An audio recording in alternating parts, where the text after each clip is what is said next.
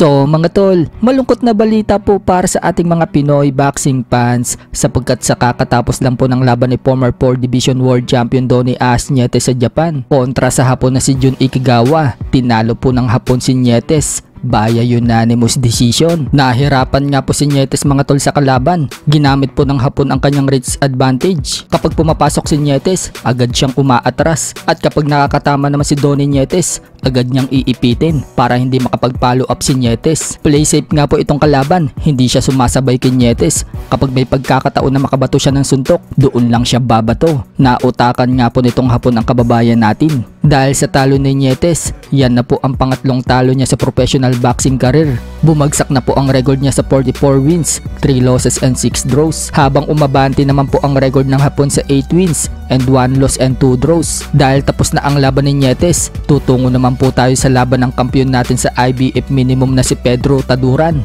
Ngayong May 24 na ang laban niya, rematch dito kay Japanese Jinjiro Shigeoka. Naganap na po kanina ang media workout at interview kay Taduran. Nagpakita nga po ng light training si Taduran. Huwag po natin palampasin ang laban na yan dahil magandang bakbakan po ang mangyayari sa Sabado. Gustong gusto makabawi ng Hapon kay Taduran pero pinaghandaan na po yan ng Team Taduran. Sinabi nila na kukunin umano nila ng maaga ang panalo. Ibig sabihin, knockout ang game plan nila at hindi napapaabutin pa sa scorecard. Sa kabilang banda naman mga tol, nagpakita po ng bagong teknik si Manny Pacquiao para mabilis na makarecover ang paa niya. Nakayapak si Manny Pacquiao mga tol habang naglalakad sa lupa. Anti-aging umano yan. Alam naman po ng karamihan mga tol na may edad na si Manny Pacquiao kaya kailangan na nito ng recovery technique sa bawat training niya upang hindi siya masunog sa training. Hindi na po nila hayaan na mangyari muli yung nakaraang laban kung saan natalo si Manny Pacquiao kay Ugas dahil nasunog sa training si Pacquiao. Inulikat si Manny Pacquiao sa kalagitnaan ng laban